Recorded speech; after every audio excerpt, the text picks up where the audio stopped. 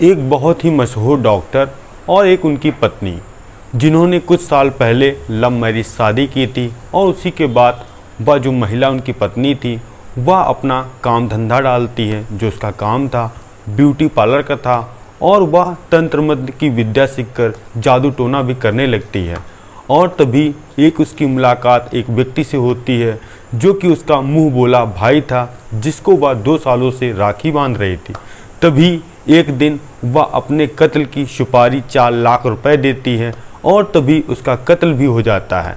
जब यह बात उसके पति को पता चलती है, मानो हड़कंप मच जाता है कि आखिर तंत्र विद्या से उसका कत्ल कैसे हुआ और क्यों हुआ और क्या वजह रही होगी।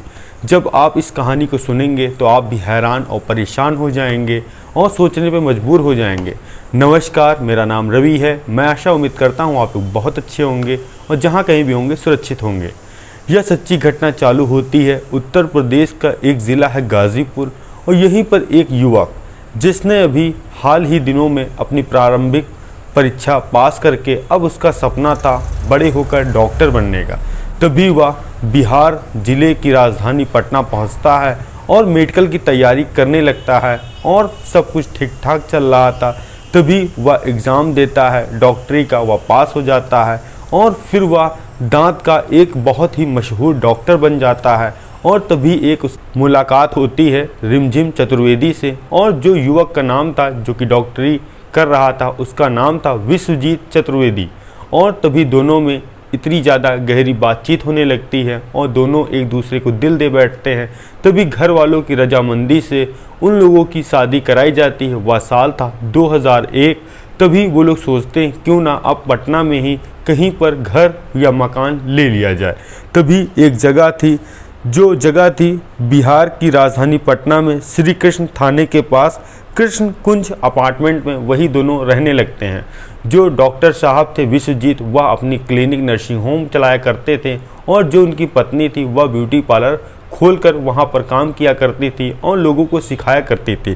तभी एक तारीख आती है 23 नवंबर 2023, जो रिमझिम चतुर्वेदी जो हाल ही समय में कम से कम 7 से 8 बजे वह अपने घर लौट आती थी और जो उनके पति थे वह अब 23 तारीख को इंतज़ार कर रहे थे अपनी पत्नी का आने का, क्योंकि रात के लगभग 8 बज चुके थे। अब वह अपनी पत्नी को फ़ोन मिलाते हैं, उनकी पत्नी का फ़ोन नहीं मिलता है और उनके पास 2 फ़ोन थे, दूसरा फ़ोन ट्राई करते हैं तो वह भी स्विच ऑफ था। अब वह कहीं न कहीं अंदर से घबरा रहे थे, क्योंकि इतने दिन में पहली बार ऐसा वाक़या था जब उनकी पत्नी घर नहीं पहुंची थी और न भी उनसे कोई बात हुई थी। तभी जो विश्वजीत थे वह अपने रिश्तेदारों को फ़ोन करके पूछते हैं अपनी पत्नी के बारे में।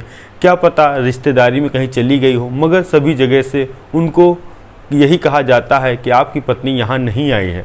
जो उनके वहाँ पर नंदोई बगल में रहते हैं उनके पास जाते हैं और कहते हैं कि रिमझिम अभी तक घर नहीं आई, पता नहीं कहाँ चली गई है।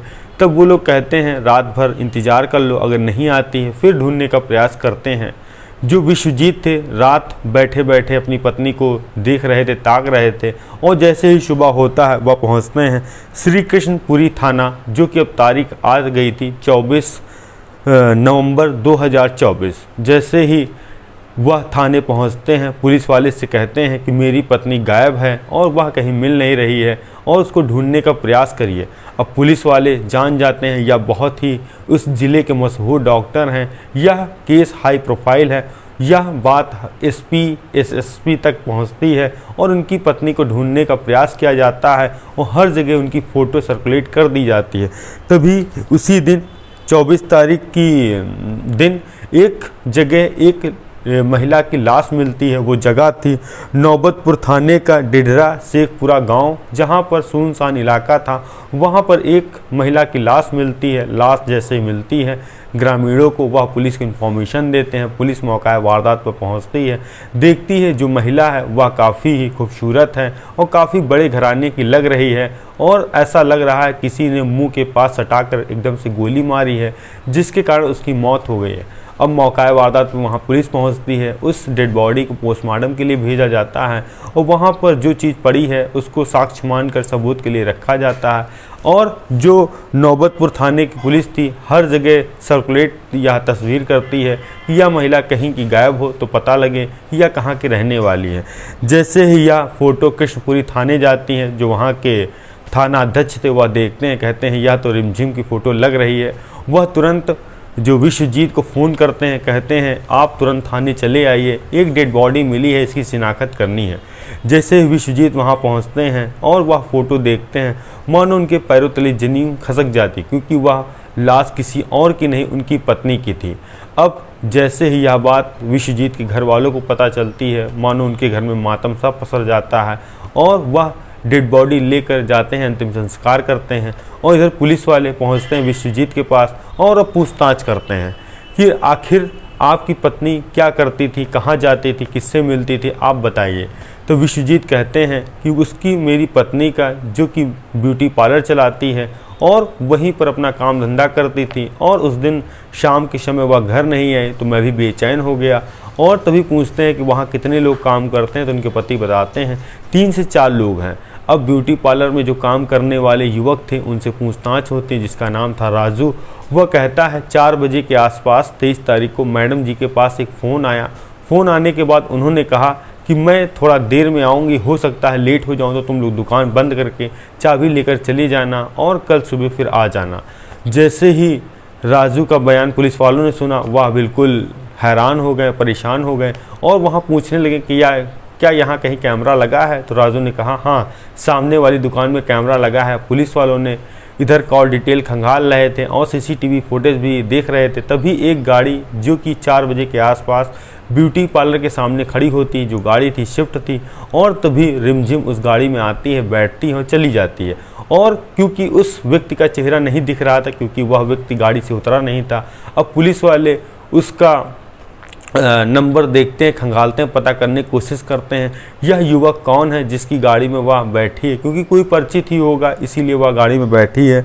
जो नाम था वह कमल का था, उसके नाम पर गाड़ी रजिस्टर थी। अब पुलिस वाले पहले तो उसको उठाते हैं, थाने लेकर आते हैं और उससे पूछताछ करते हैं कि तुम रिमझिम को लेकर कहाँ गए और तुमने उसका कत्ल क्यों किया। वह कहता है साहब मैंने कत्ल नहीं किया है, एक लड़के का नाम है रोहित, जो कि मेरा दोस्त है, उसने मुझे कहा था कि इस महिला को लेकर आना है और तुम्हें प्लाट दिखाना है, तो मैंने उस महिला को गाड़ी में बैठाला और उसके पास छोड़ दिया।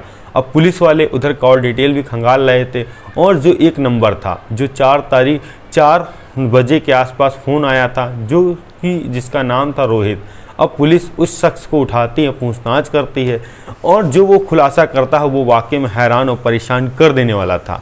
जैसे ही रोहित पुलिस सामने बैठता है और पुलिस वाले जब सवाल जवाब करते हैं तो पहले तो वह ना ही करता है और इस वारदात को करने से मना करता है, मगर पुलिस का रवैया जब कठोर होता है तो वह ऑटोमेटिक टूटता है और फिर जवाब देता है।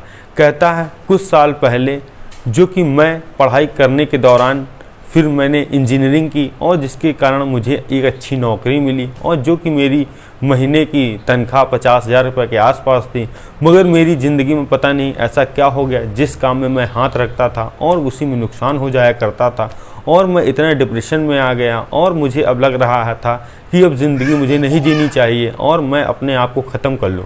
तभी एक जो मेरी फ्रेंड जिनका नाम पूनम है, तभी उन्होंने सलाह दिया कि एक मेरी बेस्ट फ्रेंड है जिनका नाम है रिमझिम, वह तंत्र विद्या करके लोगों की ज़िंदगी संवार देती हैं। अगर तुम एक बार उनके पास चलो, अपनी समस्या के साधन बताओ, क्या पता तुम भी ज़िंदगी में खुश रहो और अच्छा पैसा कमाने लगो।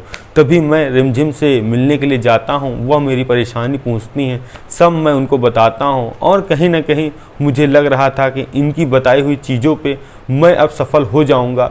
जो रिमझिम थी वह शमशान घाट पे जाती थी, अपना नस काटती थी, वहाँ पर खून चढ़ाती थी। उसने जब यह सब चीज़ें बताई तो मुझे भरोसा हुआ कि तंत्र विद्या में भी कुछ न कुछ दम जरूर है।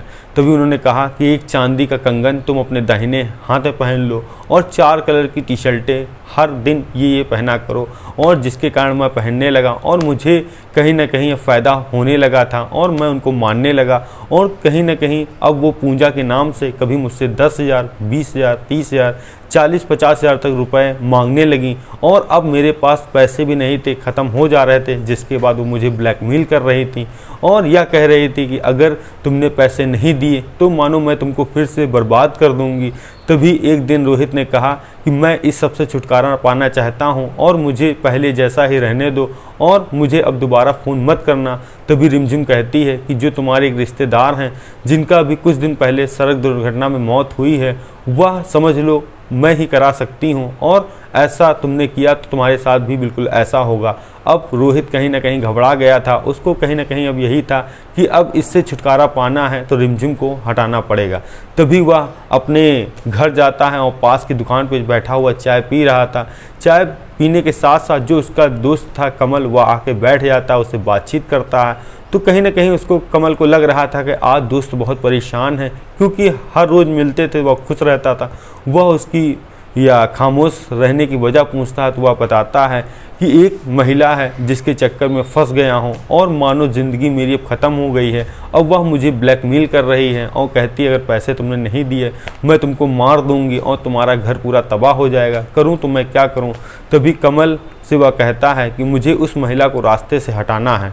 अब कमल कहता है इसके लिए पैसे लगेंगे और जो कि मेरे जानने वाले 2 शूटर हैं और जो मैं अब बात करूंगा वह शूटर से कमल बात करता है। तो वो बताते हैं कि एक महिला का कत्ल करना है तो वो लोग कहते हैं 4 लाख रुपए सुपारी चाहिए, जो कि 2 लाख रुपए अब रोहित लाता है। लाता किससे है? जो कि उसकी रिमझिम जो कि मैडम थी उनसे कहता है कि मुझे ज़मीन खरीदनी है, आपसे पैसा चाहिए। तो रिमझिम उसको 15% ब्याज पर पैसा देती है। उसको क्या मालूम था जो पैसा दे रही है वह उसकी कत्ल का राज है और उसी से उसका कत्ल हो जाएगा। तभी एक तारीख आती है 23 तारीख। वह रोहित रिमझिम को फ़ोन करता है, कहता है रिमझिम तुम्हारे पास थोड़ा टाइम हो तो एक प्लाट देखने आ जाओ और उसको देख लो वह कैसा है। रिमझिम तुरंत मान जाती है और वह कमल को गाड़ी लेकर भेजता है और रिमझिम बैठती है और फिर वह सुनसान जगह पर पहुंचता है। वहां कहता है यह मिट्टी है, उठा कर देखो कि यहाँ पर घर बनाने से लाभ होगा कि नहीं होगा। रिमझिम अपने हाथों में मिट्टी उठाती है, उसको सूंघती, कहती ठीक है। जैसे वह बढ़कर गाड़ी की ओर पहुँच रहे थे तभी जो पास में शूटर खड़ा वह मुंह के पास जाकर गोली मारता है, जिसके कारण उसकी मौत हो जाती है। और जो शूटर उसके बाइक से आए थे वह वहाँ से भाग जाते हैं और जो रोहित कमल वह अपनी कार में बैठकर आ जाते हैं। उनको कहीं ना कहीं ये लग रहा था कि यह मामला कत्ल होगा, वो कभी पकड़े नहीं जाएंगे, मगर एक गलती से वह पुलिस के हत्थे चढ़ गए और पुलिस ने गंभीर धाराओं में मुकदमा दर्ज करके उनको जेल भेज दिया। अब कहीं ना कहीं जो रिमझिम थी उसका भी इस घटना में पूरा सहयोग ये था कि उसने तंत्र विद्या सीखी और लोगों से ठग रही थी और उसको जान अपनी देकर कीमत चुकानी पड़ी। आई होप जो कहानी में आपको अच्छा लगा हो तो चैनल पे कमेंट सब्सक्राइब जरूर करें और जो कुछ सुझाव हो वो जरूर दें। मिलते हैं नई कहानी नई शुरुआत के साथ। जय हिंद, जय भारत।